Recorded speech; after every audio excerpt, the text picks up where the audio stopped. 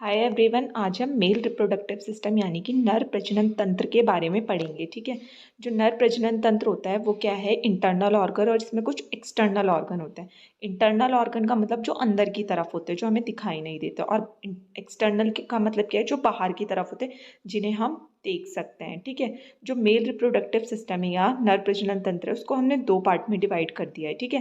पहला है एक्सटर्नल और दूसरा है इंटरनल। तो जो एक्सटर्नल ऑर्गन है या जो बाहरी ऑर्गन है वो कौन कौन से होते हैं, पेनिस जिसको हम शीश्न भी बोलते हैं, दूसरा है स्क्रॉटम जिसको हम वृषणकोश या फिर अंडकोश बोलते हैं। ठीक है। फिर इंटरनल ऑर्गन की बात करें तो उसमें कौन सा आ जाता है, टेस्टिस जिसको हम वृषण बोलते हैं, एपिडिडियामिस जिसको हम अधिवृषण बोलते हैं। ठीक है। वास डेफरेंस जिसको शुक्र वाहिनी, और इसमें क्या है, कुछ एसेसरी ग्लैंड्स होती है जिसका नाम क्या है, सेमिनल वेसिकल, प्रोस्टेट ग्लैंड या बल्बो यूरिथ्रल ग्लैंड जिसको हम क्या बोलते हैं, काउपर ग्रंथि भी बोलते हैं। ठीक है। एक बार हम डायग्राम में देख लेते हैं कि ये ऑर्गन कैसे दिखते हैं। तो ये डायग्राम में क्या है, मेल रिप्रोडक्टिव सिस्टम है। ये वाला पोर्शन जो दिख रहा है आपको, ये क्या है, ब्लैडर। ये वाला क्या हो गया, यूरेटर। ठीक है। ये सेमिनल वेसिकल हो गया। ये इरेक्टाइल टिश्यू है यहाँ पे। ये आपको स्क्रॉटम दिखाई दे रहे हैं। ठीक है। ये टेस्टीज हो गए दो। स्क्रॉटम जो ये बाहर वाला होता है ना, ये पूरा, इसको स्क्रॉटम बोलते हैं, और इसके अंदर क्या है, दो टेस्टीज होते हैं। फिर ये पेनिस हो गया, एपिडिडियमिस ये जो टेस्टीज है उसके बाहर पे रहता है। ठीक है। फिर यूरिथ्रा हो गई जो यूरिन को लेकर आती है। प्रोस्टेट ग्रंथि हो गई जो किसके नीचे है, ब्लैडर के। और ये है वास डेफरेंस जो शुक्राणु को कैरी करेगी। ठीक है। ये है मेल रिप्रोडक्टिव सिस्टम का इंटरनल व्यू यानी कि अंदर का व्यू, ये कैसे दिखता है। तो इसमें ये क्या है, जो अंदर की तरफ है ये सेमिनल वेसिकल है, ये कोलोन है। ठीक है। यानी कि इंटेस्टाइन का पार्ट। और इसके अंदर क्या है, यूरेथ्रा दिख रही है, और ये क्या है, प्रोस्टेट ग्रंथि है। तो अब क्या है, हम एक एक करके इन ऑर्गन के बारे में पढ़ेंगे और इनके फंक्शन के बारे में पढ़ेंगे कि जो इनका काम क्या होता है ह्यूमन बॉडी। अब सबसे पहले पेनिस जिसको हम शीश्न बोलते हैं, ये क्या होता है, एक ऐसा ऑर्गन होता है जो क्या करता है, स्पर्म यानी कि जो शुक्राणु होता है उसको कहाँ लेकर जाता है, फीमेल रिप्रोडक्टिव सिस्टम में। ठीक है। या बोल सकते हैं फीमेल के अंदर ले जाने का काम करेगा। और जो पेनिस होता है ये डिफरेंट टाइप ऑफ टिश्यूज से मिलकर बना होता है या ऊतक से मिलकर बना होता है। और जो मेन दो ऊतक होते हैं वो कौन से होते हैं, कॉर्पोरा कवेरिनोसा होता है, और दूसरा कौन सा होता है, मीडियन कॉर्पस स्पॉन्जियोसियम। ठीक है।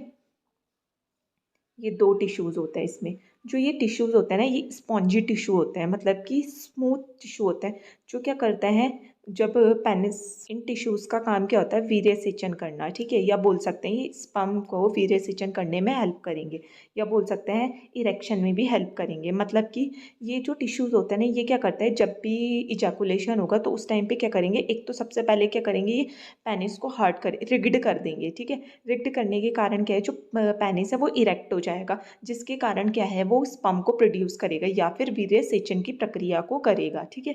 जिसको हम इंसेमिनेशन भी बोलते हैं।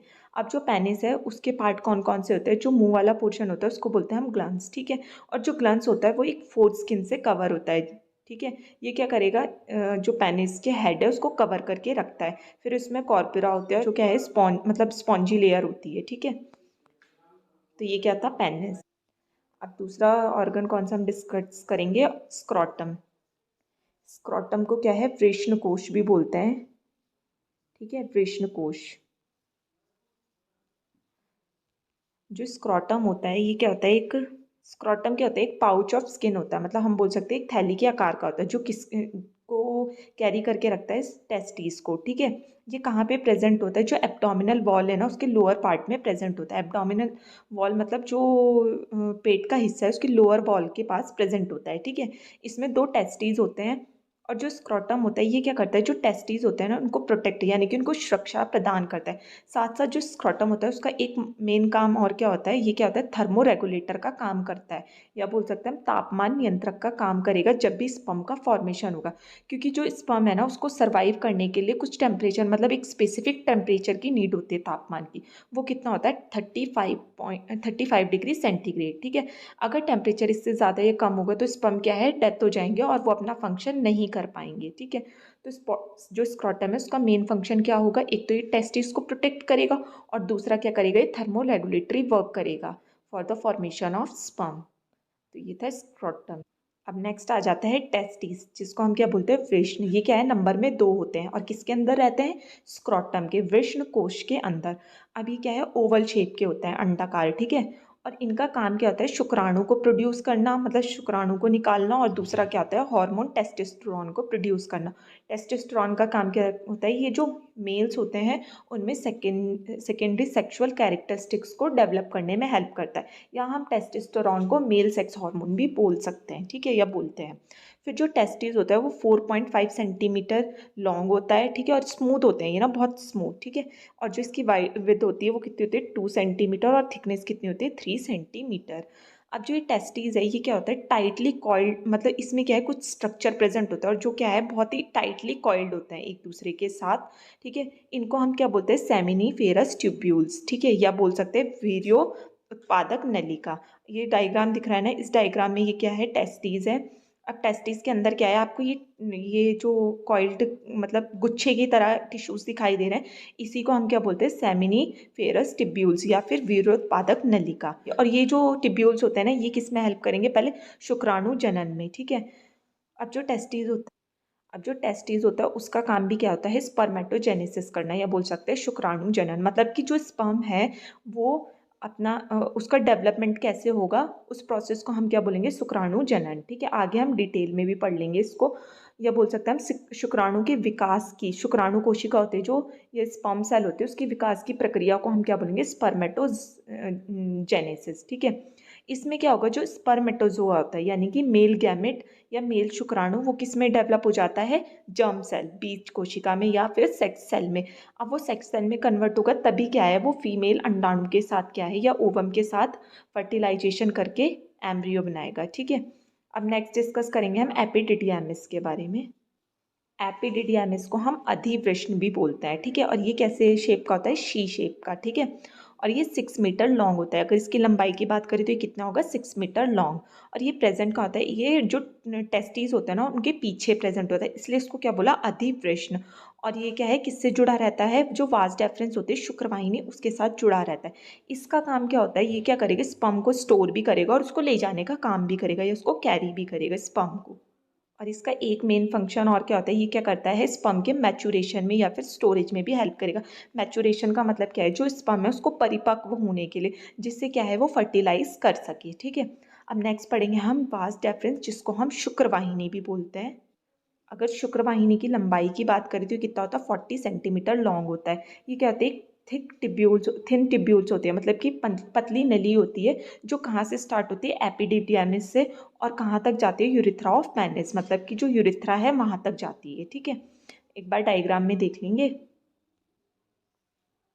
इसमें क्या है, ये आपको दिख रहा है ना, ये टेस्टिस है, टेस्टिस के बाहर से क्या है, ये एपिडिडियामिस स्टार्ट हो रही है, ठीक है। और ये क्या है, ये पूरा जो आपको दिख रहा है यहाँ से यहाँ तक, यहाँ ये वास डेफरेंस है, इसकी जो टोटल मैंने लेंथ बताई थी 14 सेंटीमीटर थी, ठीक है।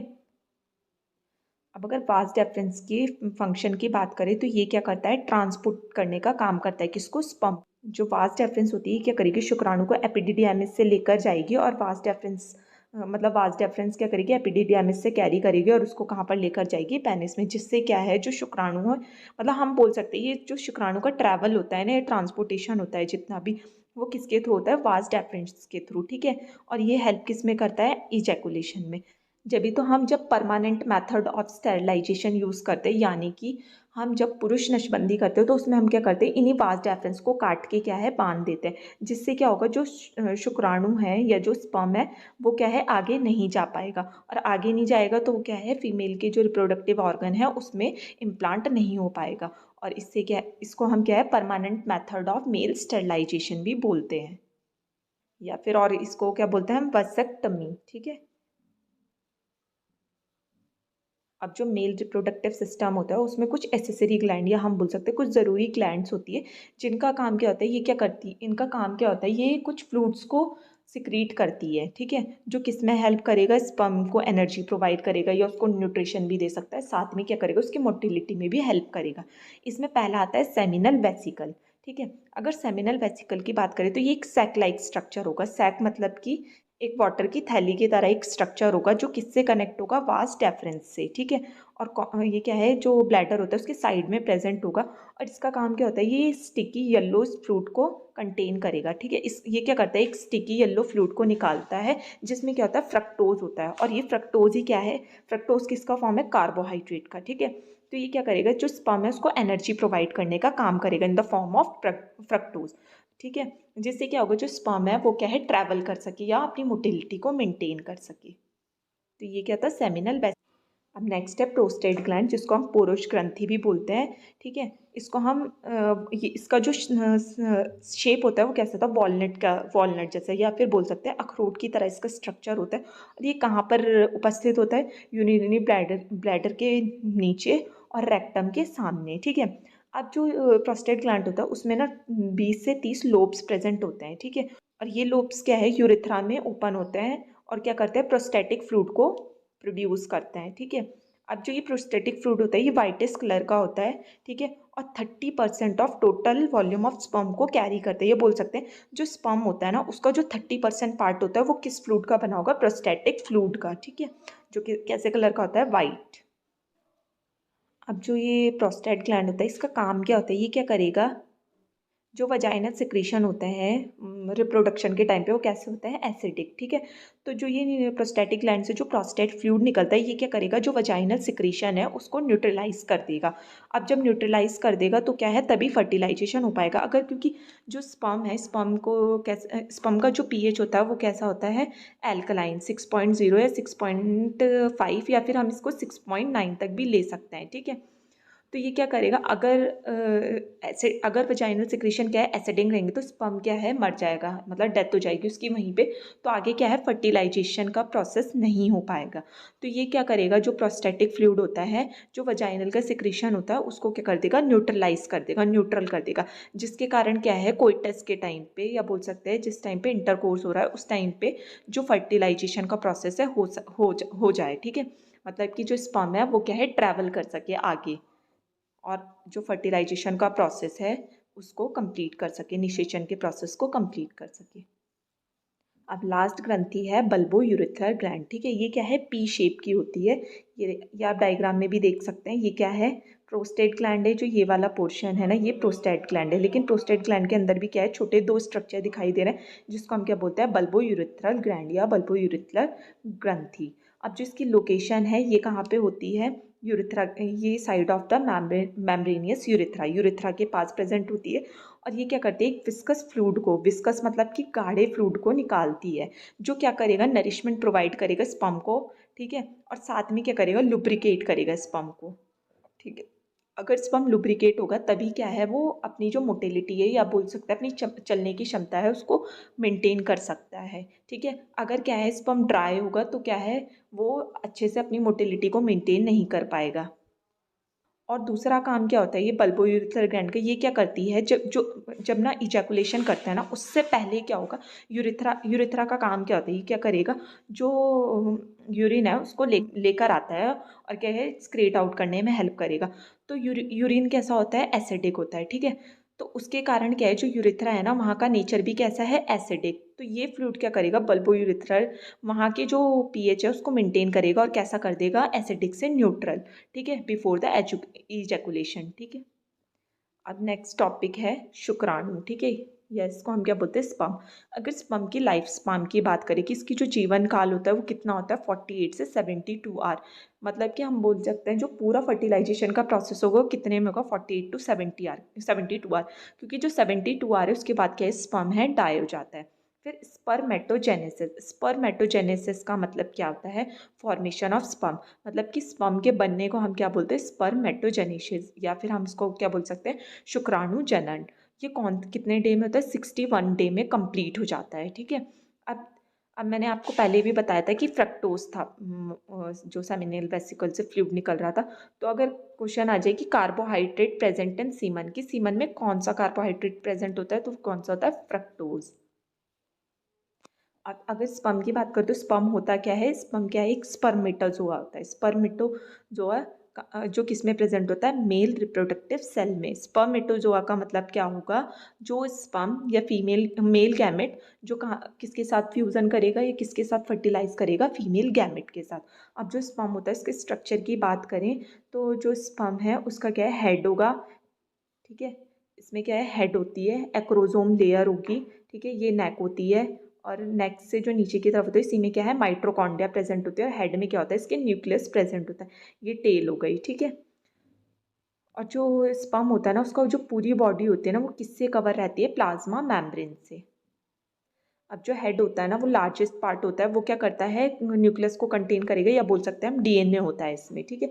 फिर मिड पीस हो गया, नेक वाला पोर्शन, इसमें क्या है, माइट्रोकॉन्ड्रिया होती है जो क्या करती है, एनर्जी प्रोवाइड करती है या स्पर्म को मोटिलिटी करने में हेल्प करती है। मतलब कि जो एनर्जी का सोर्स है वो कहाँ से आएगा, माइट्रोकॉन्ड्रिया से। फिर टेल का काम क्या होता है, ये क्या करते हैं, चलने में हेल्प करती है उसके मूवमेंट में, या फिर प्रोपेल करने में हेल्प करेगी, ठीक है, जिससे क्या है वो जो एग रिलीज हुआ है, मतलब एग तक पहुंच सके, जो फीमेल एग है वहां तक वो पहुंच सके, ठीक है। अब स्पर्म के बाद हम क्या करेंगे, सीमन को पढ़ेंगे, ठीक है। सीमन, जो सीमन होता है ना ये क्या होता है, जो एसेसरी ग्लैंड से फ्लूइड निकलता है ना उसका मिक्सचर होता है, ठीक है। एसेसरी ग्लैंड मैंने आपको 3 बताए थे, ठीक है, बल्बोयूरेथ्रल ग्लैंड, सेमिनल वेसिकल और प्रोस्टेट ग्लैंड, ठीक है। अगर सीमन के वॉल्यूम, सीमन क्या होता है, फ्लूइड होता है, ठीक है, उसी फ्लूइड में क्या है, स्पर्म प्रेजेंट होता है, ठीक है। यानी कि हम बोल सकते हैं कि जब स्पर्म है वो फीमेल में एंट्री करेगा तो किस फॉर्म में करेगा, लिक्विड फॉर्म में, ठीक है, जिसको हम क्या बोलते हैं, सीमन। अगर सीमन की वॉल्यूम की बात करें कि सीमन होता कितना उसका अमाउंट कितना होता है, तो 1.5 से 5 ml होता है एक टाइम पे, ठीक है। अगर इसके पीएच की बात करें, सीमन की, स्पर्म की नहीं, हम सीमन के पीएच की बात करें तो सीमन का पीएच कितना होता है, 7.2 से 7.9, जो कैसा होता है, एल्कलाइन। अगर हम अमाउंट ऑफ स्पर्म की बात करें इन सीमन की, मतलब सीमन में स्पर्म कितना होता है, तो हम बोल सकते हैं जो टोटल परसेंट वॉल्यूम होता है ना, मतलब कि जो सीमन क्या है वो फ्लूइड है, ठीक है। अब उस फ्लूइड में अगर उस फ्लूइड में क्या है, 10% क्या है, स्पर्म प्रेजेंट होता है। और अगर हम उस स्पर्म की काउंट की बात करें कि नंबर में कितने होते हैं वो स्पर्म, तो कितने होंगे, 15 से 200 मिलियन पर ml, यानी कि 1 ml में कितने मिलियन स्पर्म होंगे, 15 से 200 मिलियन। अब इसका मूवमेंट कैसे होता है, जो स्पर्म है उसका मूवमेंट कैसे होता है, ठीक है। तो जो स्पर्म है ना उसके नेक पे क्या होता है, माइट्रोकॉन्ड्रिया। माइट्रोकॉन्ड्रिया ने क्या करा है, एनर्जी को प्रोड्यूस किया, ठीक है, मतलब एनर्जी प्रोवाइड करी कौन सी फॉर्म में, एटीपी, यानी कि एडिनोसिन ट्राइफॉस्फेट, ठीक है। जो एटीपी है वो किसकी फॉर्म में, कार्बोहाइड्रेट की। और जो ये कार्ब से ही निकला कहाँ से था, मैंने आपको बता दिया था पहले भी, जो सेमिनल वेसिकल्स है वहाँ से, जिसके कारण क्या है, स्पर्म का मूवमेंट होगा, ठीक है। हम बोल सकते हैं जो कार्बोहाइड्रेट है वो क्या है, फ्रक्टोज को और वो फ्रक्टोज कौन सी एनर्जी, एटीपीज की फॉर्म में, ठीक है। अब नेक्स्ट टॉपिक पढ़ेंगे हम, स्पर्मेटोजेनेसिस, जिसको हम बोलते हैं शुक्राणु जनन। शुक्राणु जनन क्या होता है, फॉर्मेशन ऑफ स्पर्म, या बोल सकते हैं शुक्राणु के बनने की प्रक्रिया को हम क्या बोलेंगे, स्पर्मेटोजेनेसिस। इसकी 3 फेज होती है, ठीक है। पहली है मल्टीप्लिकेशन फेज, मल्टीप्लिकेशन नाम से ही पता चल रहा है इसमें क्या है, मल्टीप्लिकेशन होगा, ठीक है, सेल्स का। सेकेंड है ग्रोथ फेज, जिसमें क्या है, उसका विकास होगा। थर्ड है मैचुरेशन फेज, ठीक है। अब सबसे पहले क्या होगा, ये डायग्राम में देख लेंगे हम। सबसे पहले क्या है, एक प्राइमोर्डियल सेल होती है, स्पर्म क्या है, एक प्राइमोर्डियल सेल है। तो वहाँ पे क्या है, मिटोसिस की प्रोसेस होगी, मिटोसिस फर्स्ट, ठीक है। यहाँ पे 2n सेल प्रेजेंट होती है, ठीक है। अब मिटोसिस होगा तो मिटोसिस में क्या होता है, मैंने आपको पहले भी बताया कि जो नंबर ऑफ क्रोमोसोम्स है वो क्या है, सेम रहेंगे। अब इसने क्या है, डिवीजन किया, और ये क्या है, 2 सेल में डिवाइड हो गया, ठीक है। अब इन 2 सेल ने क्या करा, 4 सेल बना दी। इन 4 सेल, जो ये 4 सेल बने हैं इसको हम क्या बोलेंगे, शुक्राणुजन या स्पर्मेटोगोनिया, जिसको हम बोलेंगे शुक्राणुजन, ठीक है। ये भी क्या है, डिप्लॉइड सेल है, 2n सेल है। अब यहाँ तक क्या था, ये मल्टीप्लिकेशन फेज, ठीक है। अब यहाँ से क्या है, जब स्पर्मेटोगोनिया बन गया यानी कि शुक्राणुजन बन गया, तो वहाँ से क्या स्टार्ट होगी, ग्रोथ फेज, ठीक है। तो जो ग्रोथ फेज होगी, अब यहाँ से क्या है, और सेल डिवाइड हो जाएगी, लेकिन हम अभी सिर्फ एक ही सेल को लेके चलते हैं, ठीक है। अब इसने क्या करा, जो स्पर्मेटोगोनिया थी, प्राइमरी स्पर्मेटोसाइट्स यानी कि शुक्राणु जनक बनाया, ठीक है। जो ये प्राइमरी oocyte था, ठीक है, इसने क्या किया, मियोसिस फर्स्ट किया, अर्धसूत्रण। अर्धसूत्रण का मतलब क्या है, reduction of number of chromosomes. इसमें क्या है, क्रोमोसोम्स 46 से 23 हो जाएंगे, ठीक है। तो अब जब मियोसिस हुआ प्राइमरी oocyte का, तो इसने क्या किया, 2 सेल बनाई, ठीक है, जिसको हमने क्या बोला, सेकेंडरी oocyte।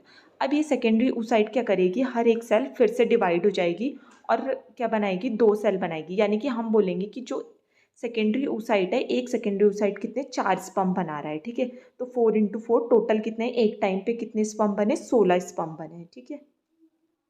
16 स्पर्म बन गए। अब जब क्या है सेकेंडरी oocyte में डिवीजन हुआ तो इसने क्या बनाया, यहाँ पे क्या है मियोसिस सेकेंड होगा, या हम बोल सकते हैं कि इसमें क्या है जो अर्धसूत्रण सेकेंड होगा, ठीक है। अब जो अर्धसूत्रण के बाद जो प्राइमरी oocyte है वो क्या बनाएंगे, स्पर्मेटेड, ठीक है, जिसको हम बोलेंगे शुक्राणु। जो स्पर्मेटेड होंगे कितने होंगे, 4, ठीक है। तभी तो जो एक स्पर्मेटिड है वो क्या है 4 स्पर्म बनाएगा। अब जो स्पर्मेटिड है ये क्या करेगा, स्पर्मेनियोजेनेसिस के थ्रू क्या बना देगा, स्पर्म, और जो स्पर्म है ये किस में कन्वर्ट हो जाएगा, स्पर्मेटोजेनेसिस, ठीक है। यानी कि क्या है स्पर्म का फॉर्मेशन हो गया है, ठीक है। स्पर्मेटिड क्या करेगा, स्पर्मेटोजेनेसिस करेगा, स्पर्म को बनाएगा। हम सिंपल इसका फ्लो चार्ट पढ़ लेते हैं, ठीक है। पहले क्या है प्राइमोर्डियल सेल आया, इसने क्या किया मियोसिस यानी कि समसूत्रण विभाजन किया। इससे क्या है 2 सेल बनी, फिर 2 के बाद 4 सेल बनी, जिसको हमने क्या बोला स्पर्मेटोगोनिया, ठीक है। स्पर्मेटोगोनिया ने क्या किया, फिर से डिवीजन किया और क्या बनाया, प्राइमरी oocyte शुक्राणुनाशक, ठीक है, शुक्राणुजन, ठीक है। अब यहाँ पे क्या हुआ, मियोसिस फर्स्ट हुआ जिसने क्या बनाया, सेकेंडरी स्पर्मेटोसाइट, फिर मियोसिस सेकेंड अर्धसूत्रण हुआ जिसने क्या बनाया, स्पर्मेटिड, और स्पर्मेटिड से क्या है स्पर्म का फॉर्म हो गया, और यहाँ इस प्रोसेस को हमने क्या बोलते हैं, स्पर्मेटोजेनेसिस। जो ये वाली फेज है स्पर्मेटिड से स्पर्मेटोजेनेसिस की, इसी को हम क्या बोलते हैं, मैच्योरेशन या परिपक्वता, ठीक है। अभी हम एक बार इसके चार्ट को हिंदी में भी देख लेंगे, ठीक है। पहले हम oogenesis भी पढ़ लेते हैं, यानी कि अंडाणुजनन, ठीक है, यानी कि फॉर्मेशन ओवम। ओवम का मतलब क्या है, जो फीमेल गैमेट होता है या फिर फीमेल एग होता है उसको हम बोलेंगे फॉर्मेशन ऑफ ओवम, ठीक है। अंडाणु के निर्माण की प्रक्रिया को हम क्या बोलेंगे, oogenesis। इसमें भी सेम 3 फेज होते हैं, मल्टीप्लिकेशन फेज, ग्रोथ फेज और मैच्योरेशन फेज। अब इसमें सबसे पहले क्या होगा, जो प्रीमोडियल सेल है उसमें क्या है सेल डिवीजन होगा, मियोसिस, ठीक है। तो ये क्या करेगी, 2 सेल में डिवाइड हो जाएगी, फिर 2 से क्या है 4 प्राइमरी सेल या डिप्लॉइड सेल बनाएगी, जिसको हम क्या बोलेंगे, ओगोनियम, ठीक है। अब जो ये ओगोनियम है ये भी क्या है प्राइमरी डिवीजन करेगी, यहाँ पे भी मियोसिस सेकेंड होगा, मिटोसिस सेकेंड होगा, और ये क्या बनाएगी, प्राइमरी oocyte या फिर हम बोल सकते हैं प्राथमिक अंडक बनाएगी। अभी हम हिंदी में भी कर लेंगे इसको आगे। अब जो ये ओगोनियम है इसने क्या बनाया, प्राइमरी oocyte। अब प्राइमरी oocyte क्या करेगी, इसमें क्या है अर्धसूत्रण होगा, ठीक है, यानी कि क्या करेगी, मियोसिस फर्स्ट होगा इसमें, और ये 2 सेल बनाएगी, ठीक है। एक तो क्या है ज़्यादा ग्रोथ होगा उसमें, ठीक है, तो ये क्या बना देगी सेकेंडरी oocyte, और इसमें क्या है एक polar body, first polar body आप बोल सकते हैं प्राथमिक द्वितीयक पिंड बनता है, ठीक है, जो क्या करेगा, जो ओवम का साइटोप्लाज्म है ना, जो ये वाली सेल बन रही है उसमें साइटोप्लाज्म के रेशियो को मेंटेन करने में हेल्प करेगा। अब क्या होगा, जो ये सेकेंडरी oocyte है या फिर द्वितीयक अंडक है ये फिर से डिवाइड होगा, इसमें क्या होगा मियोसिस सेकेंड, और ये क्या बनाएगी 4 सेल बनाएगी। अब इसमें से जो 4 सेल बनी है ना, तो ये क्या होगी, सिर्फ एक में ही ग्रोथ सबसे ज़्यादा होगा, मैचुरेशन होगा, ठीक है। तो 3 क्या हो जाएगी, पोलर बॉडी बन जाएगी, या बोल सकते हैं प्राथमिक द्वितीयक पिंड, क्योंकि आपने सबने सुना होगा कि एक टाइम पे क्या है एक ही रिलीज, क्या है एक ही एग, तो 2 रिलीज हुए हैं, ठीक है, ये क्या है 2 एग रिलीज हुए हैं, लेकिन जो परिपक्व एग है वो सिर्फ एक है, 3 क्या है पोलर बॉडीज हैं, या बोल सकते हैं हम द्वितीयक पिंडक है, ध्रुवीय पिंडक। तो अब जो सेकेंडरी oocyte है वो मैच्योर होंगे मियोसिस सेकेंड के थ्रू, और क्या बनाएंगे ओवम, जिसको हम बोलेंगे अंडाणु, और इस प्रोसेस को हमने क्या बोला, oogenesis या फिर शुक्राणु जनन। ये क्या है शुक्राणु जनन और अंडाणु जनन की प्रोसेस है, ठीक है। सबसे पहले क्या हुआ, शुक्राणु जनन को देखेंगे, इसमें क्या है समसूत्री विभाजन हुआ, यानी कि क्या बोल सकते हैं हम, मिटोसिस हुआ, ठीक है। इसने क्या बनाया, प्राथमिक शुक्राणु कोशिका या शुक्र कोशिका, ठीक है। अब इस शुक्र कोशिका ने क्या किया, प्रथम अर्धसूत्री विभाजन यानी कि मिटोसिस किया, और उसने क्या बनाया, द्वितीयक शुक्राणु कोशिका। फिर यहाँ पे क्या है सेकेंड अर्धसूत्री विभाजन हुआ, जिसने क्या बनाया, शुक्राणु पूर्व, या हम बोल सकते हैं oocytes बनाए हैं, ठीक है। कौन से oocytes, जो मेल में होते हैं, ठीक है। और जो ये शुक्राणु पूर्व है इसमें क्या है, विभेदन हुआ। विभेदन का मतलब जो सेकेंडरी सेकेंडरी स्पर्मेटोसाइट्स है उसमें डिवीजन के बाद जो स्ट्रक्चर बना है स्पर्मेटिड, उसमें डिवीजन होगा, और ये क्या बनाएगा, शुक्राणु, या हम बोल सकते हैं जो स्पर्मेटिड है वो क्या है, मैचुरेट होगा, और क्या बनाएगा, शुक्राणु, ठीक है। अब अगर अंडजनन की बात करें तो इसमें भी सेम वही है, समसूत्री विभाजन हो, और उसने क्या करा, प्राथमिक अंडक बनाए। अब पहला अंडक अर्धसूत्री विभाजन होने के बाद क्या है, द्वितीय कंडक बनेगा। ठीक है, अब जब ये द्वितीय कंडक है ना, तो इसने दो सेल बनाई। ठीक है, पहला है प्राथमिक ध्रुवीय पिंडक, यानी कि हम इसको क्या बोलेंगे कि इसने क्या है, पोलर बॉडी फर्स्ट बनाया। और द्वितीय कंडक, अब जो द्वितीय कंडक है वो किस में कन्वर्ट हो जाएगा, अंडाणु में, क्योंकि ये क्या है, परिपक्व सेल है, मैचुरेट सेल है। जबकि प्राथमिक द्वितीय पिंडक ने क्या करा, ध्रुवीय पिंडक बनाया। तो क्या है, द्वितीय अंडक से अंडाणु के बनने की प्रक्रिया को हमने क्या बोल दिया, oogenesis या फिर अंड जनन। तो यहाँ क्या है, मेल रिप्रोडक्टिव सिस्टम कंप्लीट हो जाता है। और हमने इसमें क्या पढ़ा है, और शुक्राणु जनन और अंड जनन। नेक्स्ट क्लास में हम फर्टिलाइजेशन और इम्प्लांटेशन के बारे में पढ़ेंगे, और साथ में हम क्या है, एम्ब्रियोलॉजी भी डिस्कस कर लेंगे, या फिर एम्ब्रियोजेनेसिस के बारे में भी पढ़ लेंगे कि भ्रूण का विकास कैसे होता है। Thank you class.